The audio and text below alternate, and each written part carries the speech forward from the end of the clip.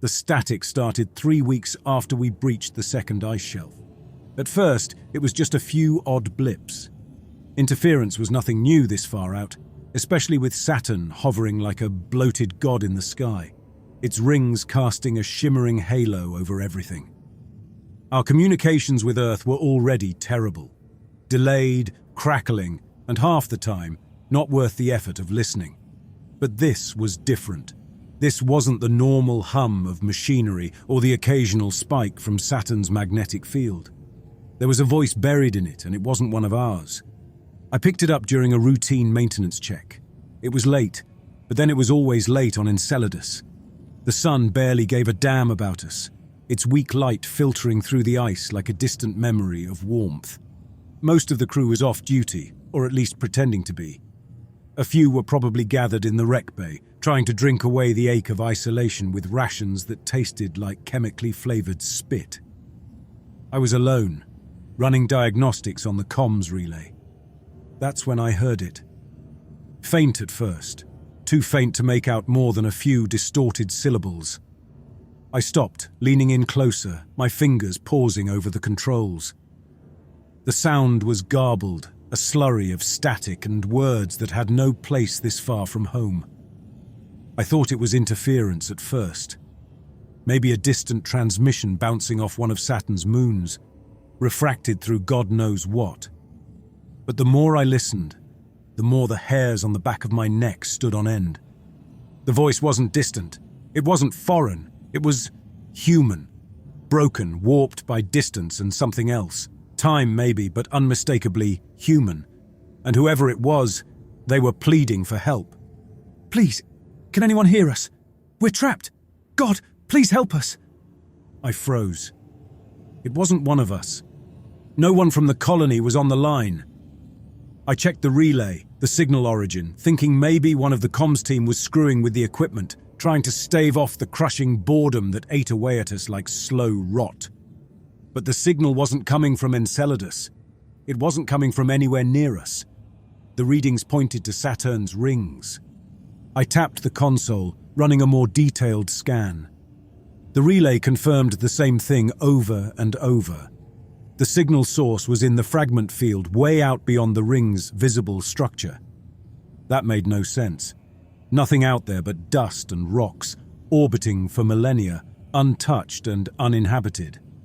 But this signal was persistent, pushing through the static like it had something to say, and it wasn't letting go. "God damn it!" I muttered, rubbing a hand over my face. Maybe I'd been out here too long. The monotony could do that. Mess with your mind, blur the lines between what was real and what you thought was real. A few of the crew had already started cracking, muttering about the cold getting to their heads. I wasn't keen on joining their ranks. Still, I kept listening. The voice came back, clearer this time, desperate. "We need help. We dug too deep. They're waking up." My blood went cold. I replayed the last transmission, checking for distortions, but it was all there. Every word was packed with terror. Whoever was speaking, they were afraid of something, and it was connected to what we were doing. I didn't report it. Not then. There was no point in telling the higher-ups. They'd laugh it off or send me straight to psyche eval. Too many days on the ice, they'd say. Too much time staring into the black. But the longer I sat there, the more the voice wormed its way into my skull. It wasn't just the words. It was the sound of them. Broken, cracked, like they were coming from another time, another place. Maybe I was losing it. Maybe it was just stress and the endless, suffocating silence of Enceladus. Or maybe it was something worse, something I didn't want to think about. I shut down the diagnostics and left the comms bay. The corridors were dead quiet, as they always were. The hum of equipment the only thing reminding us we weren't floating corpses in space. I made my way back to my bunk, trying to drown the thoughts in routine. It didn't work. The voice stayed with me, like an itch I couldn't scratch. That night, I barely slept. The wind howled outside the habitat, tearing across the frozen wasteland. Ice shifted below us, groaning like a living thing under our feet. It was nothing new. Enceladus was always restless, but tonight it felt different, like the moon itself was listening. I stayed in bed, staring at the ceiling, replaying the voice in my head. We're trapped. We dug too deep. We were miners. Digging deep was the whole damn point. That's what we were paid for. Helium-3, high-purity silica, and whatever organic compounds the corporate labs back on Earth drooled over. We drilled, we extracted, and we sent it home. Simple, efficient, no questions asked. But now, there were questions. Big ones. And no answers. The next day, I went back to the comms relay. I wanted to tell myself it was just curiosity, that I was just checking the systems, doing my job. But deep down, I knew what I was looking for. I wanted to hear the voice again. It came through just like before, the same desperate plea, the same fragmented words. And then the line went dead. I tried everything, rebooted the system, checked the frequency, adjusted the signal filters, but nothing worked. The transmission was gone.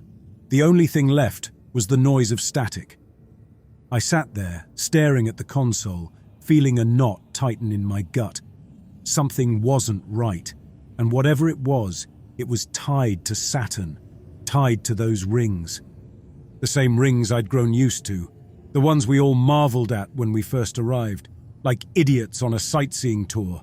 Now they felt like a noose. I wasn't sure what to do. Reporting it felt pointless, but doing nothing felt worse. The next morning, they had us suiting up for another round of deep drilling. Our orders were simple. Push further, get samples from under the second ice shelf, and check for any anomalies. I stood in line with the others, waiting for our turn to board the drill rig. The suits were bulky, insulated to withstand the bone-cracking cold outside, but they always felt too tight, like I was being slowly suffocated. It didn't help that the suit's visor only gave you a narrow field of vision, just enough to see what was in front of you, nothing more. It was another reminder of how cut off we were from everything, even each other. Across from me, Porter, one of the lead drill operators, was laughing with a couple of the new guys. I didn't bother listening in. Porter had a mouth on him, always talking, always trying to distract from the fact that he was just as stuck as the rest of us. I couldn't figure out whether I liked him or hated him. Probably both. "You ready for another exciting day, Trent?" Porter called over, slapping his chest armor with a grin. "Thrilled," I muttered, checking the seals on my gloves. He snorted. "Yeah, don't get too excited. We're going to hit some hard ice today, mark my words. Might even break a few records. Or a few drills." That got a laugh from Porter. "Let's hope it's not the gear that gives out first." He wasn't wrong. The deeper we dug, the harder the ice got, and the more the equipment struggled. There were whispers among the engineers that something in the ice was throwing off their calibrations, but no one could pin down what. Some said it was the magnetic field from Saturn. Others blamed the tools. But the real truth was, no one had drilled this deep before, not out here. Enceladus was a wild card, and none of us knew what was really waiting below. The drill rig was a beast, 3 stories tall, with a drill head reinforced with tungsten carbide to tear through ice like a battering ram. It was built to work under the worst conditions imaginable, but lately it had been straining, overheating after hours of continuous digging. Whatever was beneath the surface wasn't just tough, it was resisting. I didn't like that. We boarded the rig. Porter led the crew with me and 3 others handling the support roles, monitoring pressure, adjusting the drill path, and making sure the whole thing didn't collapse on us while we worked. The last guy was Daniels, one of the scientists assigned to monitor the samples we pulled. He was quiet, mostly kept to himself, but I'd seen the way he looked at the data. There was something in his eyes, a mix of excitement and dread, like he knew more than he was saying. The rig roared to life as we descended deeper into the tunnel. The vibrations shook the cabin, rattling my teeth, the sound a constant grind of metal against ice. I stared at the readouts, watching the depth gauge tick higher as we pushed further than we ever had before. 15 kilometers, then 20, Every meter felt like we were tempting fate. "We're hitting resistance again," Porter called from his station. "Slow it down.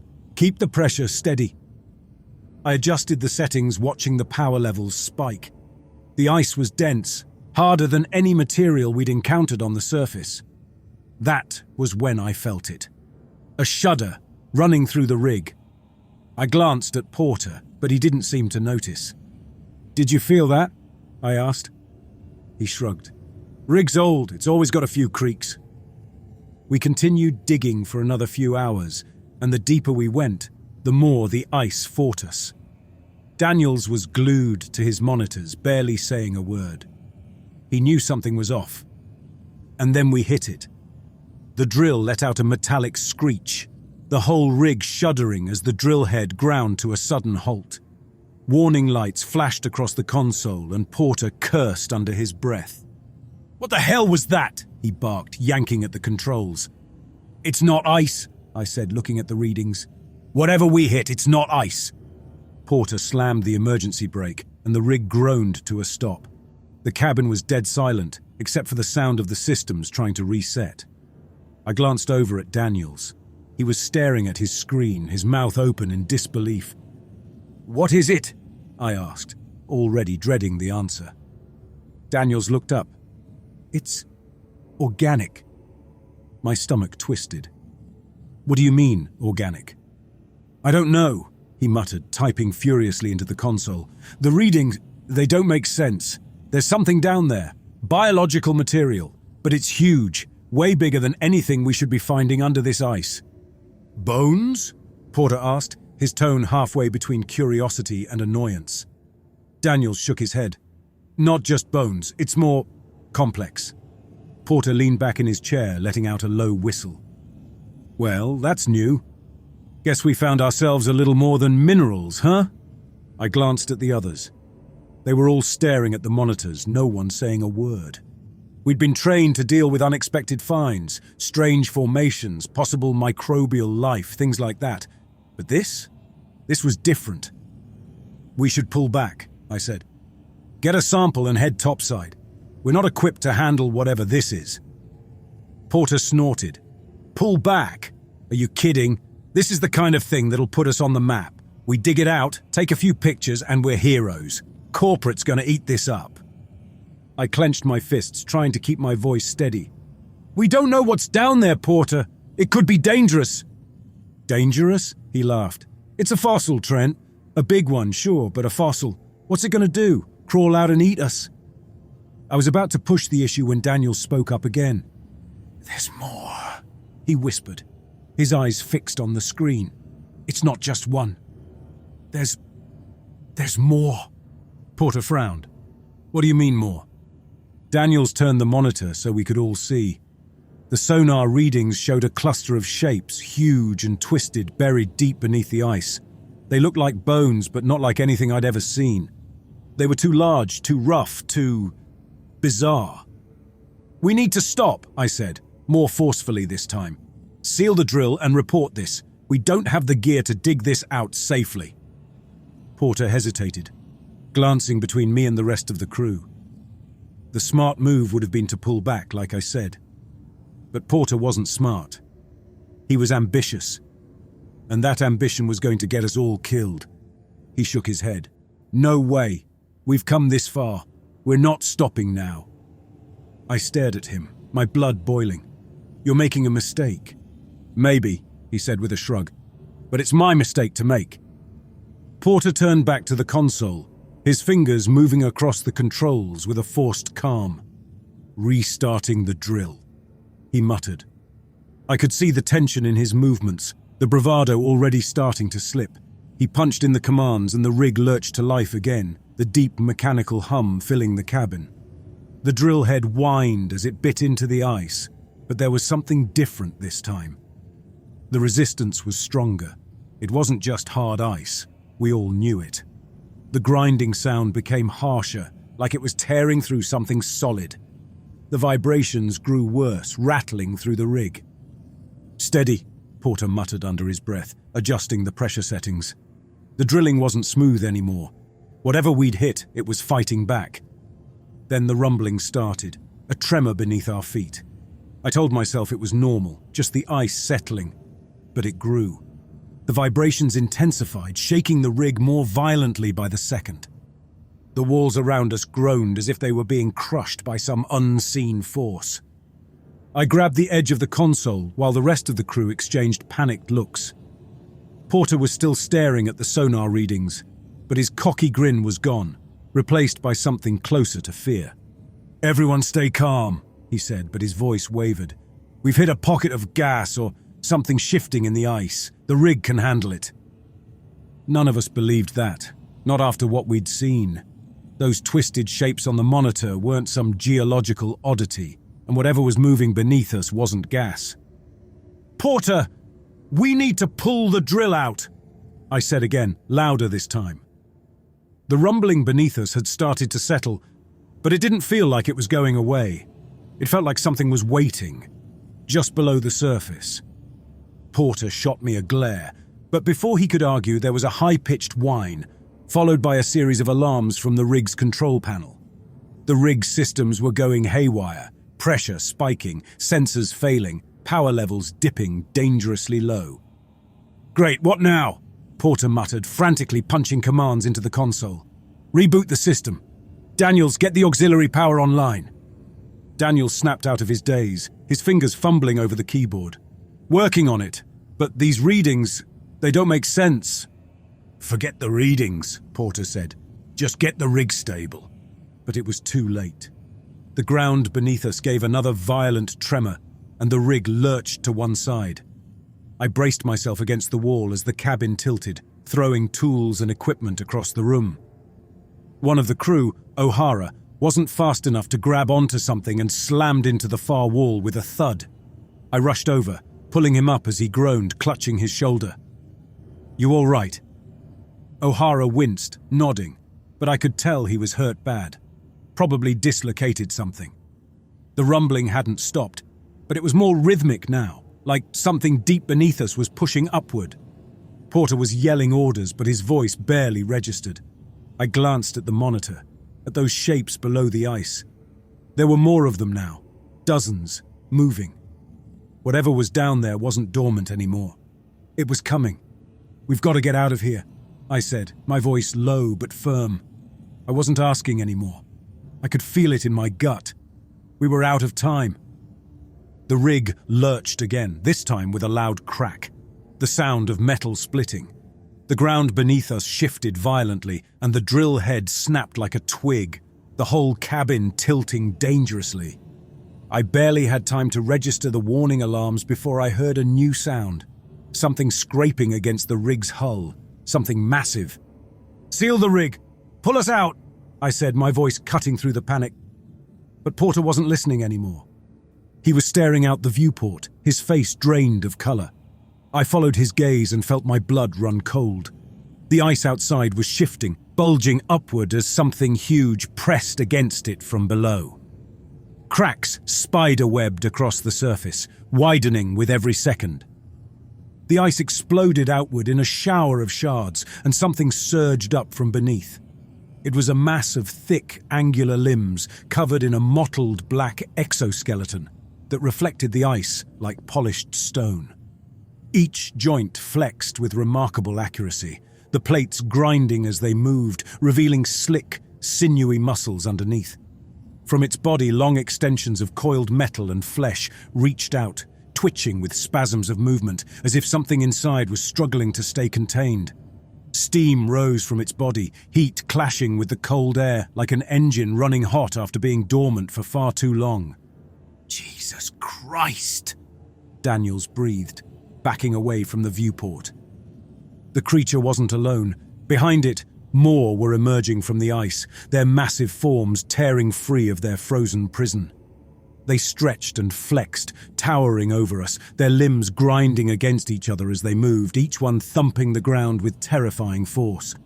There were no eyes, no faces, just a mass of angular limbs and twitching coils of metal and flesh. "Pull us out!" I said again, grabbing Porter by the shoulder, forcing him to look at me. He snapped out of his trance, nodding frantically as he worked the controls. But it didn't matter. The rig wasn't responding. The damage was too severe, the systems too fried. We were stuck. "Override it," I said, pushing him aside to access the manual controls. But before I could, the rig shook again and something slammed into us from below. The entire rig tilted and I was thrown to the floor, my helmet slamming against the metal with a crack. Dazed, I pushed myself up, feeling blood trickle down my forehead. The others were scrambling, shouting, but the creature outside, whatever it was, had latched onto the rig. I could hear it tearing at the metal, its jagged limbs grinding against the hull. The rig groaned again, and suddenly the wall next to me buckled inward.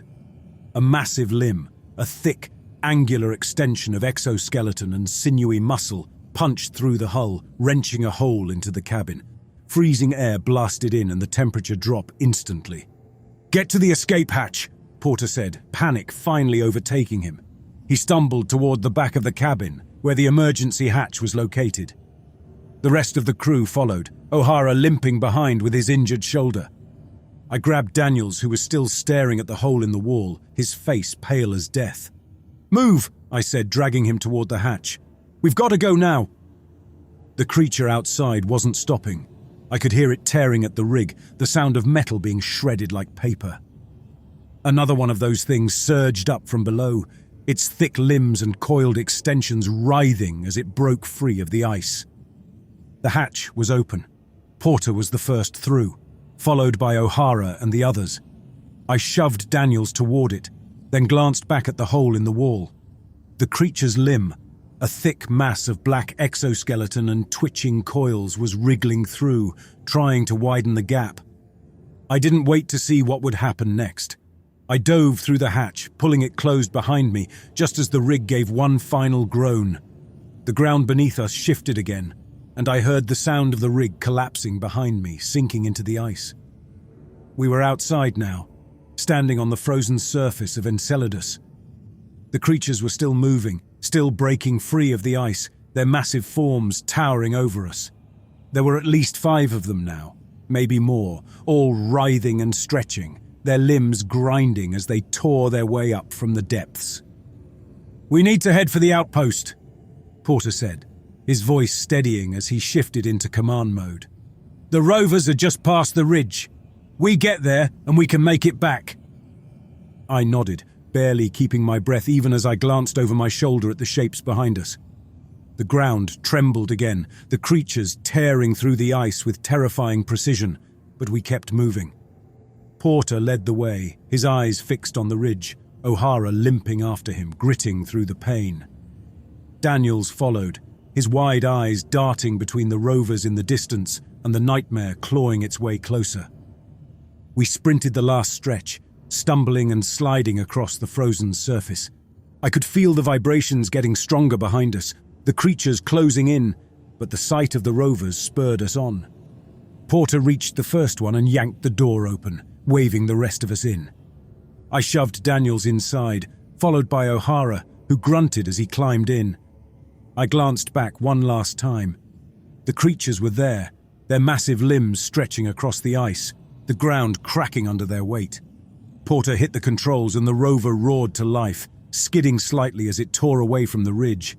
I gripped the seat as the vehicle lurched forward, its engine screaming against the cold. The creatures faded into the distance as we raced across the ice, leaving the rig, and the nightmare beneath it, behind. The rover's engines whined under the strain, but it held together as we sped across the frozen plains. In the distance, the outpost appeared like a speck against the white horizon, barely visible through the haze. I tried to slow my heartbeat, but the adrenaline was still there, thrumming in my veins. None of us spoke. The creatures we had left behind were burned into our minds, and the silence inside the rover only amplified the tension. When the outpost finally came into full view, I felt a momentary relief. The metal domes and connecting modules that made up our base were unassuming, almost pitifully small against the frozen wasteland, but they represented safety. The rovers slid into the garage bay, the heavy door clanging shut behind us as we came to a halt. "We're clear," Porter muttered, though there wasn't much relief in his voice. He turned off the engine and exhaled, resting his head against the steering wheel for a second before pulling himself together. "Let's get inside." The moment we stepped out of the rover, the cold hit harder than I remembered. Or maybe it just felt worse after what we'd seen. My helmet display flashed as the environmental suit adjusted to the outpost's artificial atmosphere. O'Hara was limping worse now, and Porter had to help him inside. Daniels still hadn't said a word, just following like a ghost in our wake. Inside the outpost, the lights felt too bright. The warmth artificial, like everything around us was one step from falling apart. The others were already gathering in the main bay when we walked in. Palmer, the base engineer, was at the console, running diagnostics on the drilling operation. He glanced up, frowning at the state of us. "What happened out there?" he asked, his eyes narrowing as he took in O'Hara's injury and Daniel's pale face. "Shut down everything," I said, pulling off my helmet. My voice sounded raw, harsher than I'd intended. "Stop the drilling!" Porter set O'Hara down in a chair, moving with an urgency I hadn't seen in him before. "He's right. We need to lock down the rig, recall anyone still out there, and quarantine the site." Palmer stared at us like we were speaking another language. "You want to shut down the drill after the money they poured into this operation? You know how long it took to get clearance to mine this deep. Corporate won't..." "Forget what corporate wants," I cut in. "There's something out there, something we shouldn't have disturbed. The rig's done. It's buried. We barely got out alive." Palmer hesitated, but then Daniels spoke up, his voice shaking. "It's alive," he whispered. "What we found, it wasn't just fossils. It's some kind of organism. And it's still moving." That silenced the room. Palmer glanced at Porter, but Porter didn't argue. He just nodded grimly, his expression haunted. "Get a message to Earth," Porter said. "Tell them we need a full evac. We're pulling out." Palmer was already working at the console, but after a moment he cursed under his breath, shaking his head. "The connection's unstable. I'm getting too much interference from Saturn's rings. It's blocking our signal." "Keep trying," I said, pacing the room. "We're screwed," Porter muttered, dragging a hand down his face. His bravado had crumbled, replaced by resignation. No one knew what to do next. Palmer was still hammering away at the communications array, trying to cut through the interference, but it was clear we had no control anymore. The walls of the outpost rocked violently, the groaning of metal and tearing of steel resounding through the corridors as if the whole facility was being shattered. The beasts had breached. I heard the muffled screams from the crew through the comm system, quickly silenced, one by one. Daniels was huddled beside the console in the comms room, his face as white as the ice outside. His eyes were wide, fixed on the monitors showing the internal cameras of the outpost. One of the beasts tore through the east wing, its nasty extensions lashing out, dragging Palmer's screaming body into its grasp. The screen displayed the creature slamming him against the walls, cutting the feed just as his body crumpled. Daniels was frozen in place, shaking. His hands trembled uncontrollably as he stared at the blank screen. We both knew there was no way out, but I wasn't about to sit here and die for nothing. "We need to send the transmission," I said, forcing my voice to stay level. "We have to warn Earth." Daniels barely nodded, his breath coming in shallow gasps. The creatures drew closer, their movement punctuated by the sharp sound of metal being torn apart. O'Hara's last scream pierced through the comms just before a sharp crack silenced him. "Come on, Daniels, help me with the relay." But it was too late for Daniels. The door to the comms room buckled inward as one of the beasts slammed against it, sending a deep dent through the reinforced steel. The sound of grinding plates filled the room as a massive claw tore through the gap, widening the hole. Daniel stumbled backwards, scrambling into the corner, his eyes wide with terror as the creature's extensions slithered through the opening. Daniels was paralyzed, his mouth moving without sound as the thing coiled around him, lifting him effortlessly off the ground. He let out one choked scream before he was yanked through the door. The sound of bones snapping echoed through the room as his body was dragged out into the corridor. His scream cut off, replaced by the grinding of the creature's movements and the wet sound of flesh being torn apart. I didn't wait. I slammed the emergency lock on the door, the bulkhead sliding down. I could hear the creature outside scraping against the metal, pounding repeatedly as it tried to break through. The comms room was now a tomb, but it would give me a few more minutes, just enough time to finish what we had started. I ran to the console and entered the final commands for the transmission. The monitor activated, the quantum relay coming online. The pounding on the metal bulkhead became more intense. The creature wasn't far from breaking through. Its long, slimy appendages snaked into the room through the small gaps, twitching and writhing, searching for anything to grab onto. I hit the transmission button, my voice trembling. "Please, can anyone hear us? We're trapped. God, please, help us!" The creature outside slammed against the door again, and I saw its shadow moving under the crack. It was close. So close.